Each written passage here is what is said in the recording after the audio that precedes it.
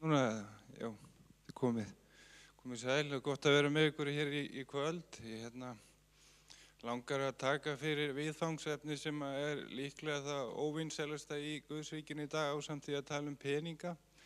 Þannig að allt eggjakast er afþakkað. En umræðuefni er iðrun og svona örlítið skírn og heilagan anda. Mig langar að opna í Póstólasögunni í 2. kafla og versi 38 fyrir ykkur sem eru með Biblíuna.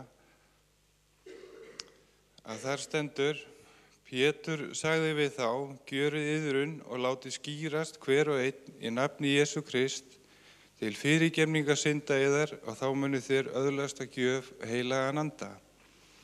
Í þessu versi eru rauninni 3 meginpunktar sem að skipta miklu máli. Það fyrsta er iðrun, síðan kemur skírn og svo gjöf heilags anda.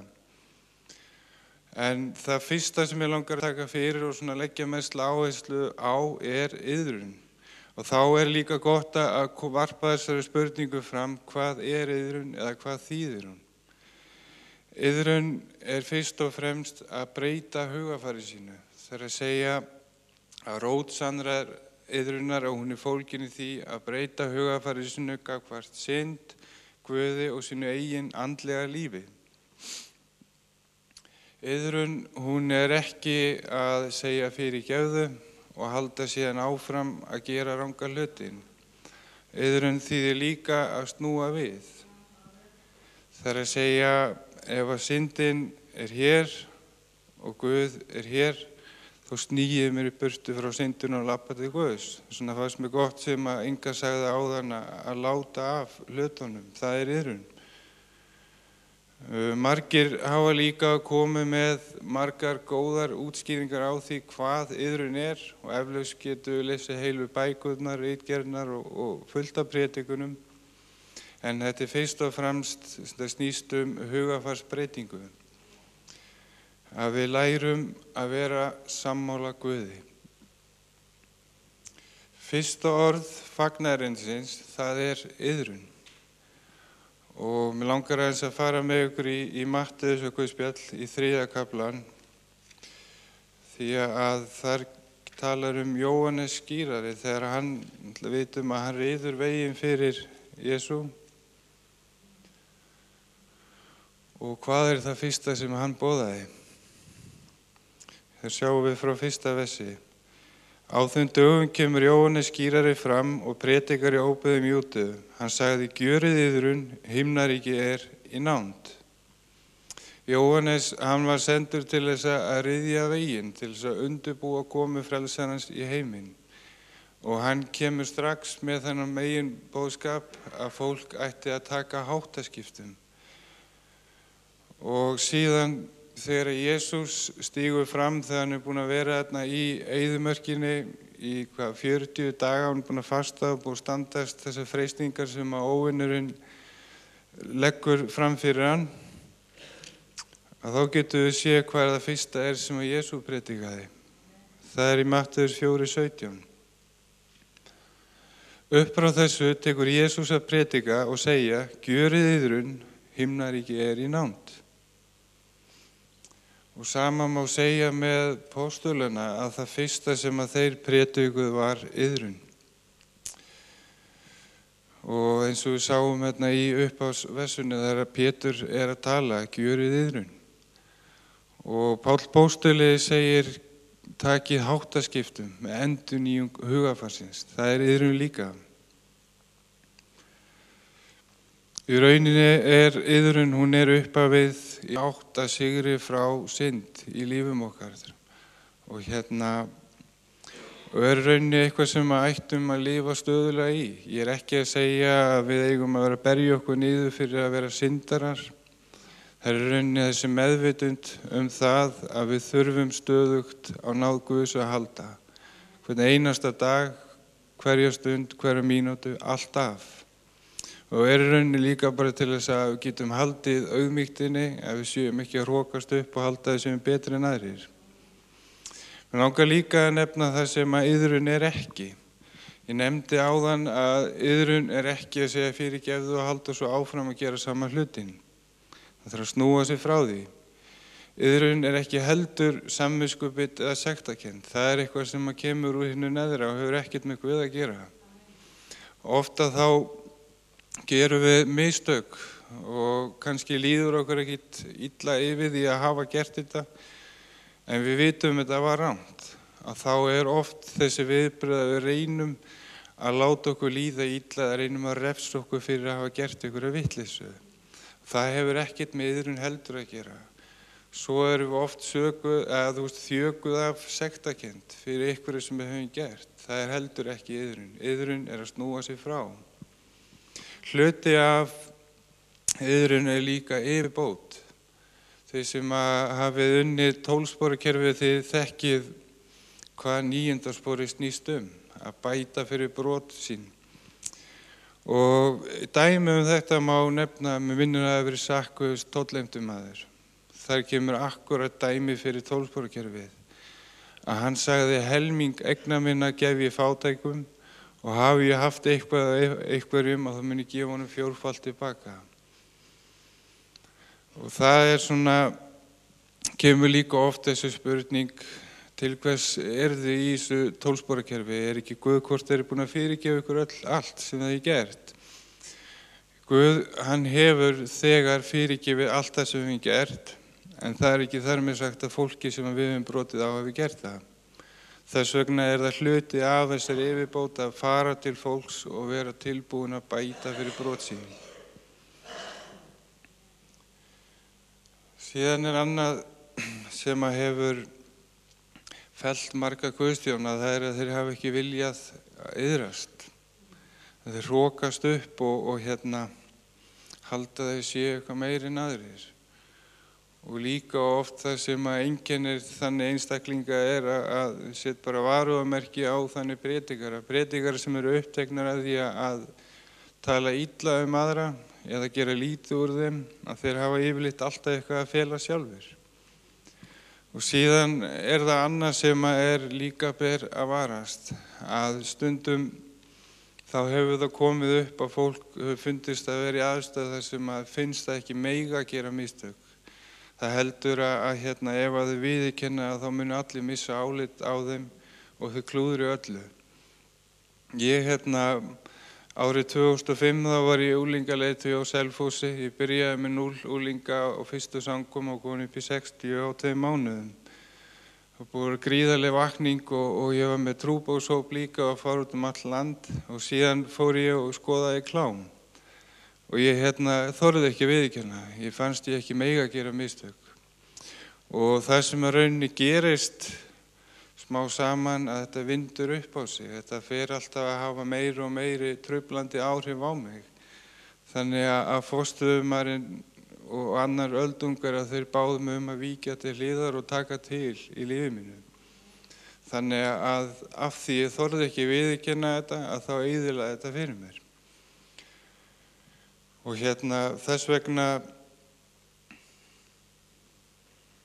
skiptir það engu máli hversu lengi við höfum gengið með Guði, hvaða stöðu við gegnum innan kirkjunar, hversu menntuð við erum í orðinu eða hversu vel við þekkjum orðið, að við komum alltaf til með að gera einhver mistök eða bregðast á einhvern hátt. Og það rauninni engin fullkominn nema Guð einn. Og við eigum ekki heldur að vera hrædd að koma til Jesú með syndir okkar. Hann hefur greitt fyrir það dýru verði með blóði sínu á Golgata. Og vil endurtaka það aftur að iðrun, hún ætti rauninni alltaf verið til staðar til að vera meðvituð að við þurfum á náð Guðs að halda. Og mér langar að nefna eins með syndina, hún eins og vírus. Því sem í tölvuði vita að kemur vírus í tölvunni ykkar, að þá skiptir engu máli hversu mikið af góðu efnið setja inn á tölvuna, að ef þið eyri ekki vírusnum út, að þá mun hann halda áfram að skemma út frá sér. Og það nákvæmlega sama með syndina eins og ég lýsti áðan, að því ég hreinsaði ekki út vírusin í lífi mínu og þá hélt hann áfram að skemma. Og þá gott að geta farið í Jakobsbréfi 5:16. Játi syndir yðar og biðji hver fyrir öðrum, svo að þér verði heilbrigðir. Kröftug bæn réttláts manns megnar mikið. Og þá getum við farið aftur í 12-sporakerfið, þá í 10. sporið, sem að felur raunni í sér að vera í vakandi ástandi yfir sjálfum sér og líka tala 10. spors vini. Og raunni kemur fyrirmyndin úr kaþólsku kirkjunni þar sem að skriftarstóllinn Og það eitthvað sem að gerist þegar maður játar syndina. Það eins og missi tökin af lífið manns. Þannig að það alltaf gott að hafa eitthvað svona til að geta tala við og létta af hjarta sínu. Og líka varðandi eins og mistök. Ég hef sjálfur, eins og ég nefndi áðan, gert margvísleg mistök. Og jafnvel verið á þeim stað að ég held að Guð gæti aldrei notað mig aftur af því ég var búinn að klúðra svo miklu. Það fannst ég bara óhreinn og lélegur. En það sem ég fekk að upplifa var útréttur faðmur frelsarans, hvernig hann tók mig og reisti mig við. Og svo annað líka eins og með Guð, að fólk horfir oft á föðurinn út frá þeirri mynd sem hvernig faðir þeirra var. Og við getum oft haldið að Guð sé reiður þegar við syngum, haldið að hann bíði með vöndin til þess að flengja okkur og refsa okkur, en það hauga lygi líka. Mér langar rauninni að sýna ykkur nákvæmlega hvernig Jesús sagði okkur hvernig föðurhjarta Guðs Það sjáum við í sögunum týnda soninn í Lúkas 15.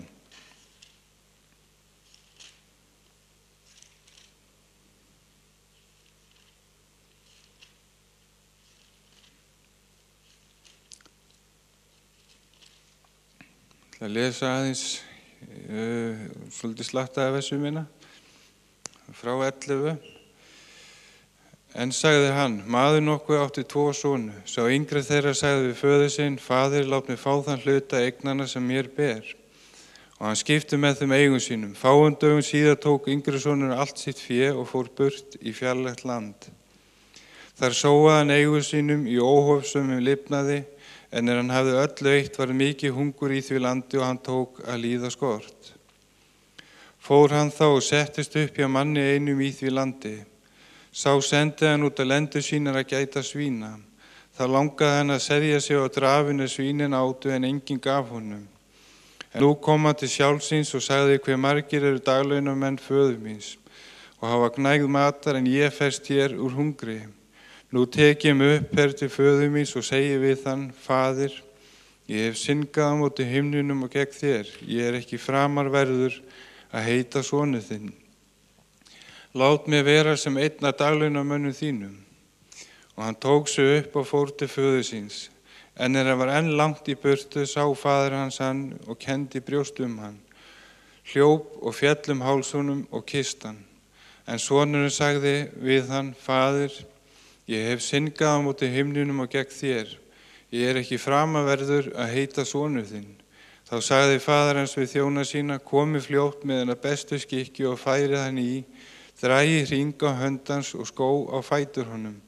Sækið og alíkalvin og slátri og við skulum eta og gjöra okkur glaðan dag. Því að þessi sonur minn var dauður og lifnaður aftur. Hann var týndur og fundinn, tóku nú menn að gjöra sér glaðan dag.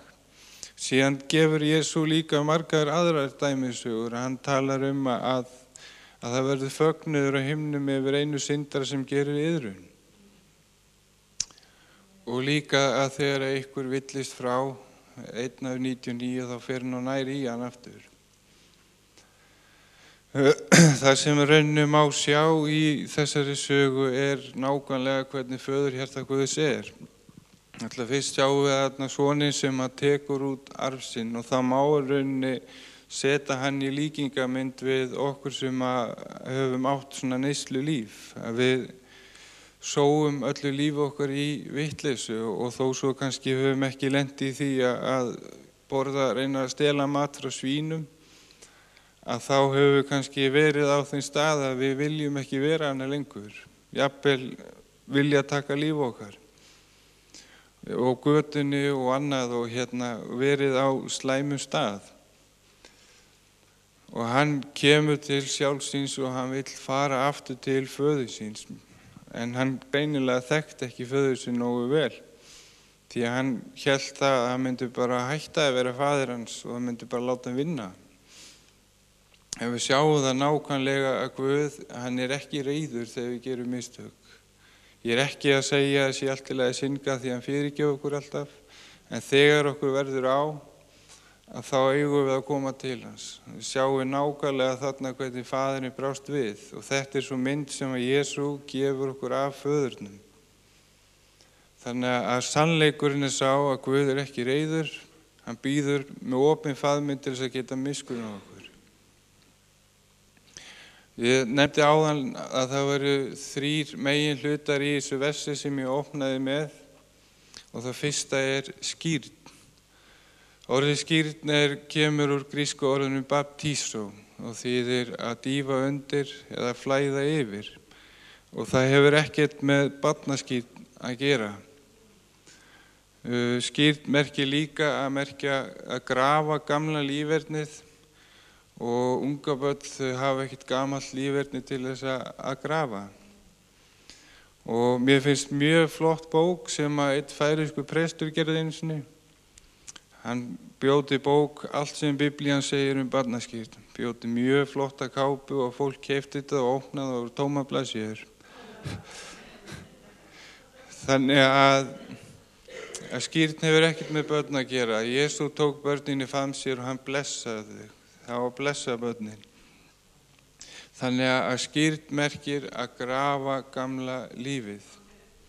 Og síðan til önnur skírn í heilögum anda. Og mér langar rauninni að varpa því fram líka að fólk velti sér oft fyrir því hvenær á ég að taka niðurníðingaskírn. Svarið mjög einfalt. Leið og þú hefur tekið ákvörðun að þú vilt fylgja Jesú, ekki hika við að taka skrefið. Þriðji parturinn, ég ætla ekki að tala jafn lengi þessi atriði og iðrunina, svo þið sofnið ekki. Að heilagur andi. Hver heilagur andi? Hann hluti af hinum þríeina Guði. Það segja heilagur andi, hann líka drottinn. Jesús Kristur, hann drottinn, Faðirinn drottinn og heilagur andi drottinn. Heilagur andi ekki eitthvað kraftur eða rafmagn, hann persóna. Og þegar Jesús gekk hér á jörðinni að þá takmarkaði hann sjálfan sig einn líkama. Hann sagði, ég mun ekki vera lengur hjá okkur en ég mun senda ykkur hjálparan. Hann stundum kallaður huggarinn líka. Þannig að heilagur andi getur verið allstaðar. Hann sá sem á að stjórna kirkjunni og hann sá sem að byggir upp líkamann og gerir hann tilbúinn.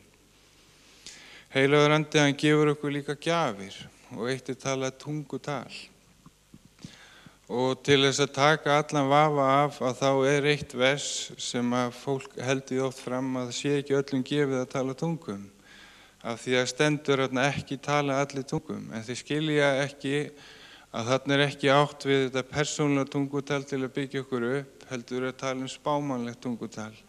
Það ekki gefið öllum, eins og sumir hafa heyrt á samkomum, það fer ykkur upp á svið, hann talar tungum og svo kemur annar og útleikur. Það ekki öllum gefið að gera það, en það öllum gefið að tala tungum til að byggjast upp. Og þegar heilagur andi kemur yfir á hvítasunnudag, að þá töluðu allir tungum. Og rauninni besta dæmið hvernig maður breytist innan frá og út Pétur. Ef við förum í aðstæðuna þar sem Jesú handtekinn og hann var svo hræddur að hann þorði ekki að viðurkenna að hann væri lærisveinn Jesú, hann afneitaði honum.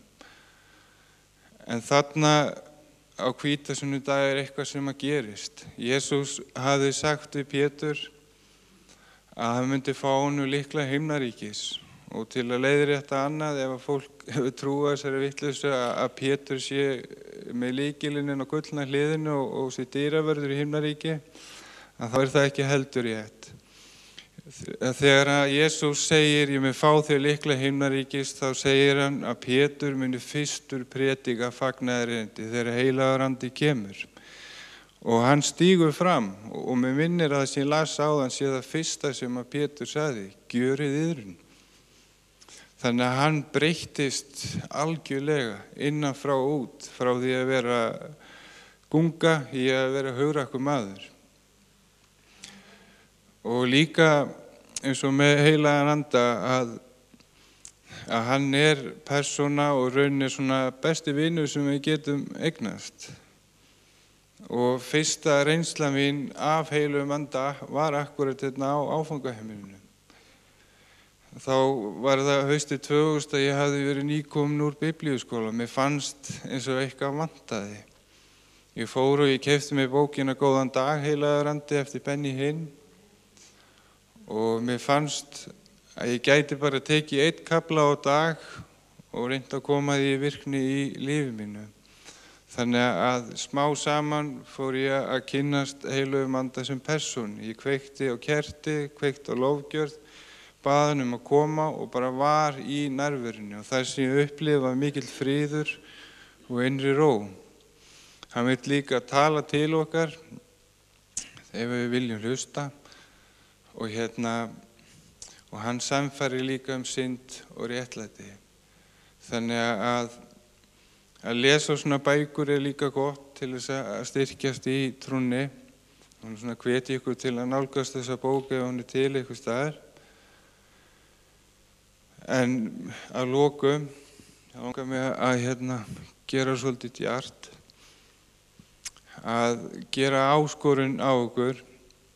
Ef að það eitthvað í lífum ykkar sem að þið viljið afhenda Guði eða viljið ekki hafa lengur, langar með ykkur að biðja að koma þetta fram og krjúpa og gera það á táknrænan hátt, að ímynda ykkur að Jesú með hendurnar á móti og þið takið hlutina og þið afhendum þá og farið með hendurnar frá.